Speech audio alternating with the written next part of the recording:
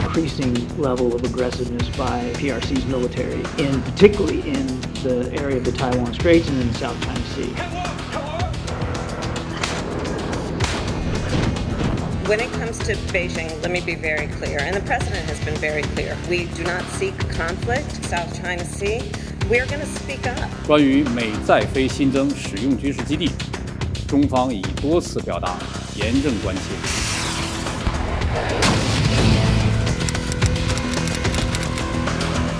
The South China Sea covers about 3.5 million square kilometers and boasts over 200 islands, reefs, shoals, and submerged features, making it a significant area for regional and global interests. It holds vast natural resources like fish, oil, gas, and minerals, facilitating international trade worth over $3 trillion annually.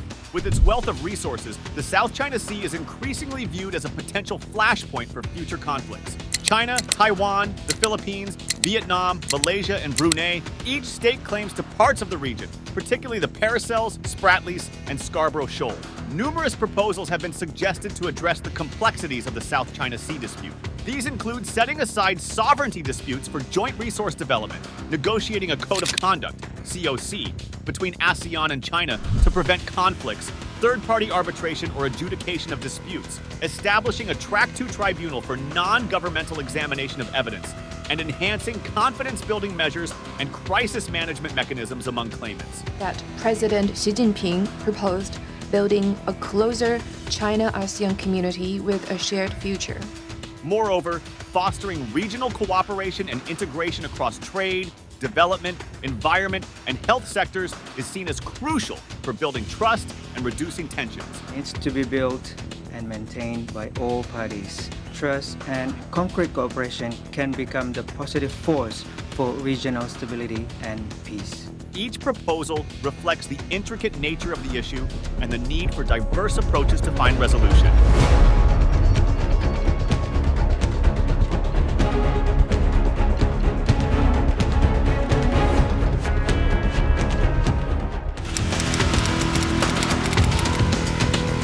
China asserts control over the majority of the South China Sea, citing a historical map from 1947 known as the Nine-Dash Line.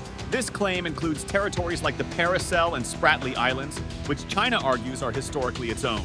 China has reinforced its claims through the construction of artificial islands, deployment of military assets, and patrols, citing national security and sovereignty. Neighboring countries including Vietnam, the Philippines, Taiwan, Malaysia, and Brunei dispute China's claims, citing inconsistencies with international law, especially UNCLOS. They assert their own historical, legal, and factual basis for claims. In 2016, an arbitration tribunal ruled in favor of the Philippines against China's claims, deeming them unlawful and in violation of Philippine rights. China rejected the ruling and abstained from the arbitration process. We are not in the position to abide by that, to accept any result from that.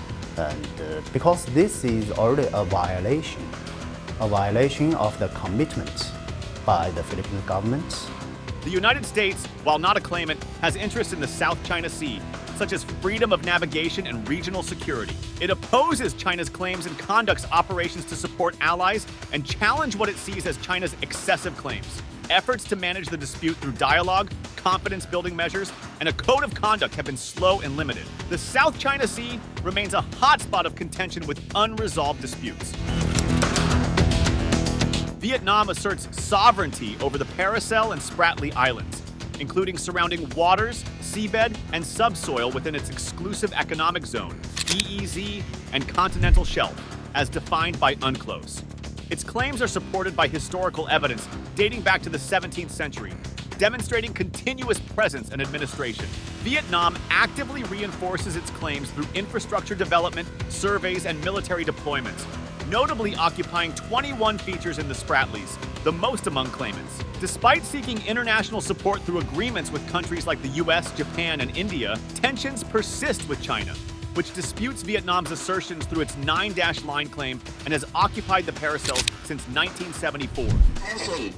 Attention! This is Vietnam Sea to its full force.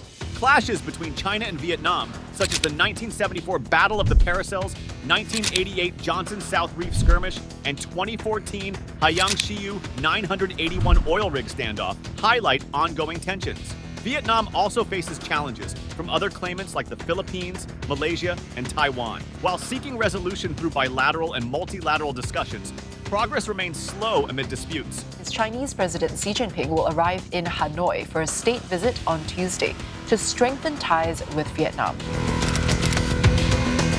The Philippines asserts sovereignty over the Calayan Island group, KIG, within the Spratly Islands, as well as the surrounding waters, seabed, and subsoil within its exclusive economic zone, EEZ, and continental shelf as per.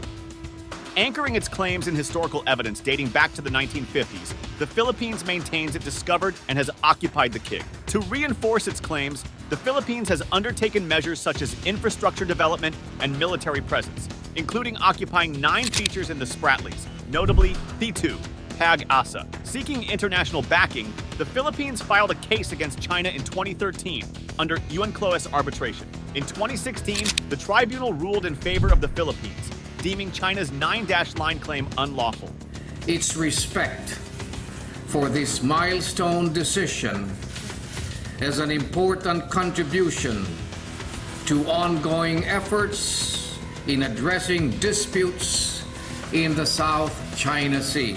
However, China disputes the Philippines' claims, asserting almost the entire South China Sea based on its 9-line. Tensions have led to clashes, including the 2012 Scarborough Shoal standoff, the 2014 Ayungin Shoal incident, and the 2021 Whitsun Reef situation. Challenges from other claimants like Vietnam, Malaysia, and Taiwan with overlapping claims add to the complexities.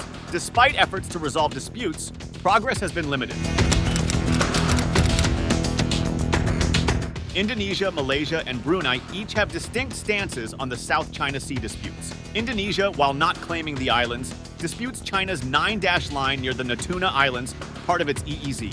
Malaysia asserts its rights over a portion of the Spratly Islands, grounding its claim on historical evidence dating back to the 1970s, opposes infringements, particularly by China. Malaysia has occupied 5 features in the Spratlys and seeks international support, including through ASEAN discussions.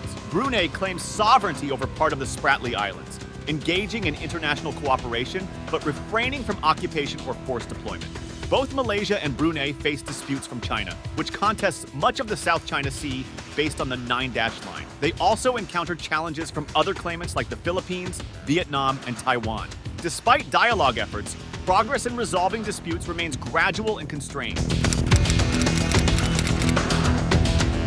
The United States plays a pivotal role in the South China Sea, driven by interest in maintaining freedom of navigation, supporting trade, and ensuring regional security. Through freedom of navigation operations, FONOPS, the U.S. challenges excessive maritime claims inconsistent with international law, particularly UNCLOS, which it views as customary international law.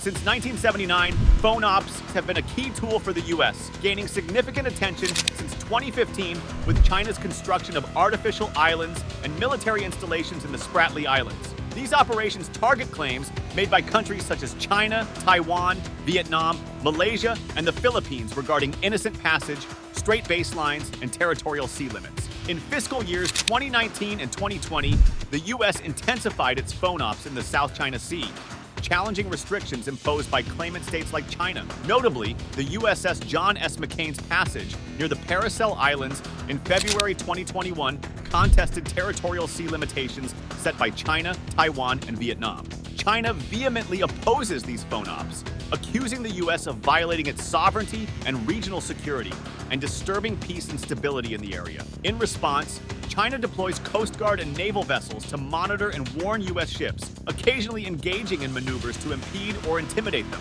The U.S. asserts that its FONOPS are lawful operations aimed at safeguarding the rights and freedoms of all states under international law. It urges China and other claimants to adhere to UNCLOS and the 2016 arbitration ruling, which refuted China's expansive 9-line claim. Despite tensions, the U.S. remains committed to ensuring freedom of navigation and bolstering stability in the South China Sea. Tensions persist in the South China Sea as each claimant tries to assert its sovereignty, with conflicting historical, legal, and factual grounds contributing to the complex geopolitical landscape.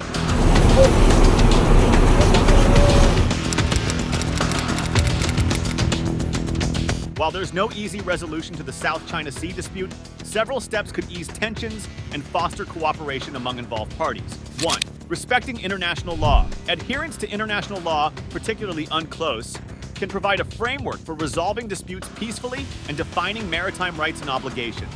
2. Implementing arbitration rulings. Parties could uphold the 2016 arbitration ruling that invalidated China's 9-line claim, clarifying legal status and facilitating resolution efforts. 3.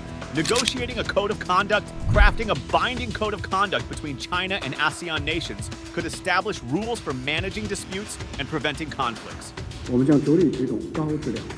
will focus on pushing for high-quality development, build new development paradigm, provide bigger momentum for regional and global economic recovery, and provide more development opportunities for ASEAN countries. 4. Enhancing dialogue. Increasing dialogue and confidence-building measures like joint patrols and crisis management mechanisms can foster mutual understanding and trust among claimants. 5. Pursuing joint development. Collaborative efforts for resource development and conservation in the South China Sea, based on principles of mutual benefit, can mitigate tensions over resource exploitation. 6. Involving stakeholders. Engaging stakeholders such as the United States, Japan, Australia, and the EU, which have interests in regional security and freedom of navigation, can broaden support for peaceful resolution efforts. And I hope very much that Beijing will not manufacture a crisis or seek a pretext to increase its aggressive military activity. We in countries around the world believe that escalation serves no one and could have unintended consequences that serve no one's interests, including ASEAN members and including China. The concept of global commons in letter and spirit means that the South China Sea should be treated as a shared resource that belongs to all nations and peoples, and that its use and management should be based on the principles of equity, sustainability, and cooperation. Many scholars and analysts endorse this idea as a means to address disputes and tensions in the area. Nevertheless, China has dismissed this notion and insists on its sovereignty over the majority of the South China Sea, delineated by its contentious 9-line, a claim unsupported by international legal standards. Adherence to UNCLOS entails resolving the South China Sea disputes in line with the United Nations Convention on the Law of the Sea. This treaty delineates the rights and responsibilities of coastal and maritime states across different sea zones, including the Territorial Sea, Exclusive Economic Zone, EEZ, and Continental Shelf. UNCLOS additionally offers avenues for peaceful resolution of disputes, such as arbitration and conciliation. In 2016, an arbitral tribunal constituted under UNCLOS ruled in favor of the Philippines, invalidating China's assertions and actions in the South China Sea. However, China declined to acknowledge or adhere to the tribunal's decision. A pragmatic, non-confrontational approach to the South China Sea disputes advocates for dialogue and collaboration over military aggression and coercion. This strategy seeks to mitigate tensions, prevent escalation, and foster trust and confidence among the concerned parties. Some examples of this approach include the 2002 Declaration on the Conduct of Parties in the South China Sea, DOC, ongoing discussions regarding a code of conduct in the South China Sea, and joint maritime and air patrols undertaken by select ASEAN nations and their allies. The coming together of our navies and delegates for this much anticipated fleet review is certainly a source of national pride and joy to the people of the ASEAN nation. Confidence-building measures, CBMs in the South China Sea disputes, refer to initiatives undertaken by involved parties to foster mutual understanding, reduce mistrust, and mitigate the risk of miscalculation and conflict.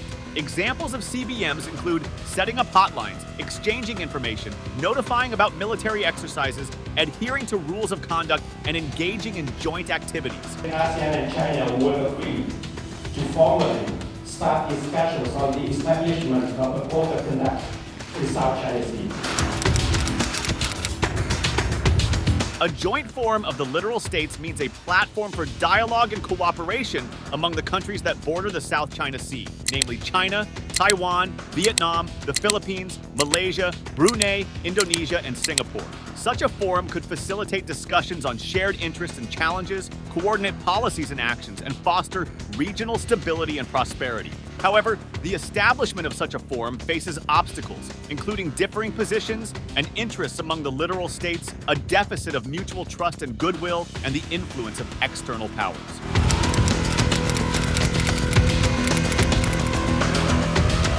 Regular talks and emerging contacts to thwart misunderstandings mean the frequent and timely communication and interaction among the parties involved in the South China Sea disputes to clarify their intentions, address their concerns, and resolve their differences.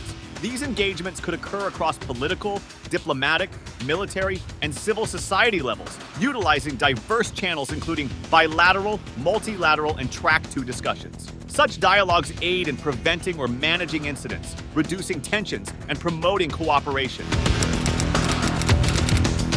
Initiatives for joint maritime patrols entail coordinated and collaborative efforts among the stakeholders engaged in the South China Sea disputes to monitor and protect the maritime domain in the area. These patrols could include the participation of naval, coast guard, or civilian vessels and aircraft, serving various purposes like law enforcement, search and rescue, disaster relief, environmental protection, and fisheries management. By enhancing maritime security, deterring illegal activities, and showcasing goodwill and cooperation, such patrols contribute to regional stability.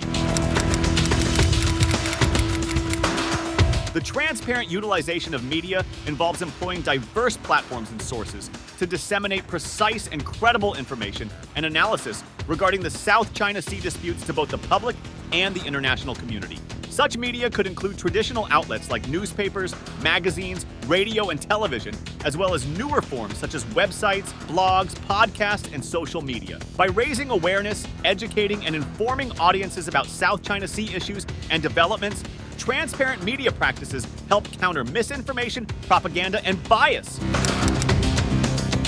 To sum up, the South China Sea dispute remains a complex and challenging issue with far-reaching implications for regional security, stability, and cooperation. The competing territorial and maritime claims among multiple nations, coupled with strategic interests and historical grievances, contribute to the intricate nature of the dispute.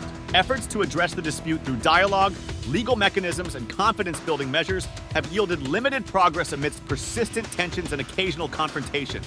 However, the principles of international law, respect for UNCLOS, pragmatic diplomacy, and cooperative engagement offer avenues for constructive dialogue and peaceful resolution. As regional and international stakeholders continue to navigate the complexities of the South China Sea, fostering trust, promoting transparency, and prioritizing cooperation remain essential for building a foundation of stability and prosperity in the region. Through sustained dialogue and concerted efforts, stakeholders can work towards managing disputes, enhancing maritime security, and safeguarding the shared interests of all parties involved. Ultimately, a commitment to mutual respect, adherence to established norms, and a spirit of cooperation will be pivotal in charting a path towards a peaceful and sustainable resolution of the South China Sea dispute, ensuring stability and prosperity for generations to come. Good morning. 早上好。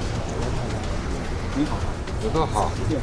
来这里有2天了，适应。